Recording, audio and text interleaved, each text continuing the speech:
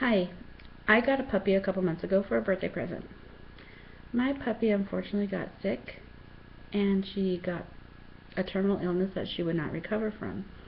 I took her to the vet and I was speaking to the vet and I asked what was the basic thing we could do for my puppy. I didn't want my puppy to suffer. I wanted her to have a happy, healthy life. Unfortunately, the vet said the only thing that I could do that would be the best for my puppy was to put her down. She would never recover fully from this illness, and she would always have side effects from this illness. So after a painful decision, I decided to put my puppy to sleep. I also have a cousin. My cousin has a brain tumor. The brain tumor was operated on. They removed most of it. After 6 months, the brain tumor came back. It grew and was inoperable. My cousin lost his vision, had multiple seizures, and unfortunately lost his life due to this brain tumor. So my question is, why can I put my puppy to sleep and let her die peacefully and not be suffering when my cousin, who had to suffer through life with this brain tumor, not being able to see his daughter grow up, why couldn't he be allowed to have a doctor help him assist with suicide? So he was put on hospice.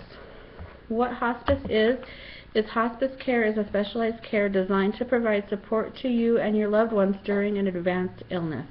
Hospice care focuses on the comfort and quality of life instead of the cure. So in 2011, there were 1,059,000 people on hospice care. On hospice care, what they would do is, it doesn't matter if you're in a hospital, you can be in a hospital, you can be at home, in a acute care setting. Hospice comes in and takes care of you and tries to provide you the best comfortable way to die.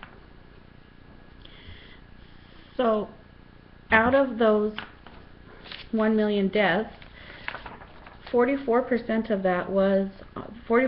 of people who died in the United States in 2011 were on hospice.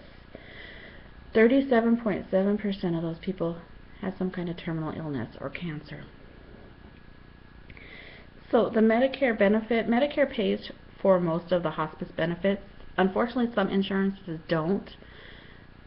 So my question is, how can we cut that benefit down to allow, so the taxpayers aren't quite burdened with that cost? One of the ways that I can think about that is the Death with Dignity Act. Oregon has passed a Death with Dignity Act.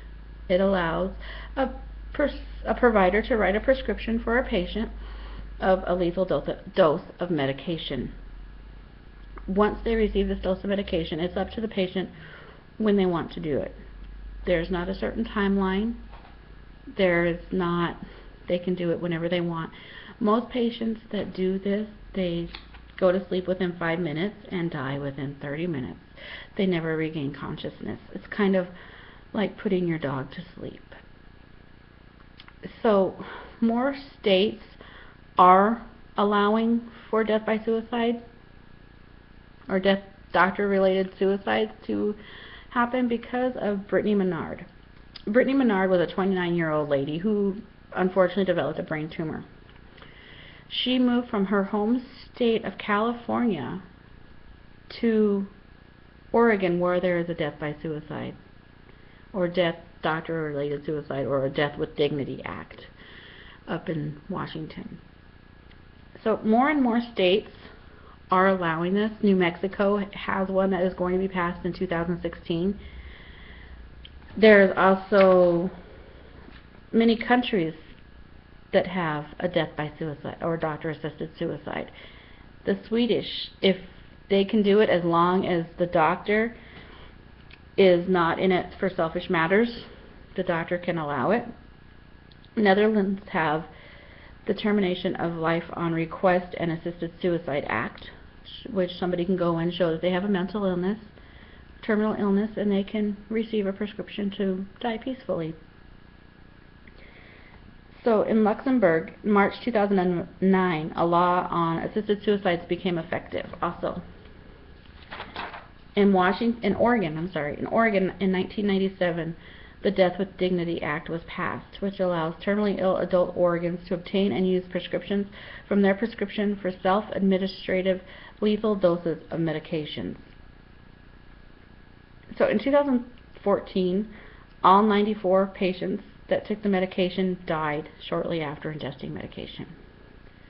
So what I want you to do is, next time you see a terminally ill patient, somebody with tubes possibly, even somebody who's in a wheelchair who just doesn't want to look like they want to live anymore, anybody who does not want to live, I just ask that you question why they're living. Why can we put our pets down when our pets get sick, but we can't let people who want to die peacefully, that have a terminal illness, why can't we let them die with a doctor-assisted suicide?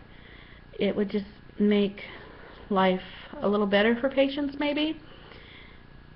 I don't know. That's all I ask, is that when you see them, you just think about the Death with Suicide, Death with Dignity Acts, and remember, it might be a family member that happens to. It's sad to watch somebody with a brain tumor. Just think about it. Thank you.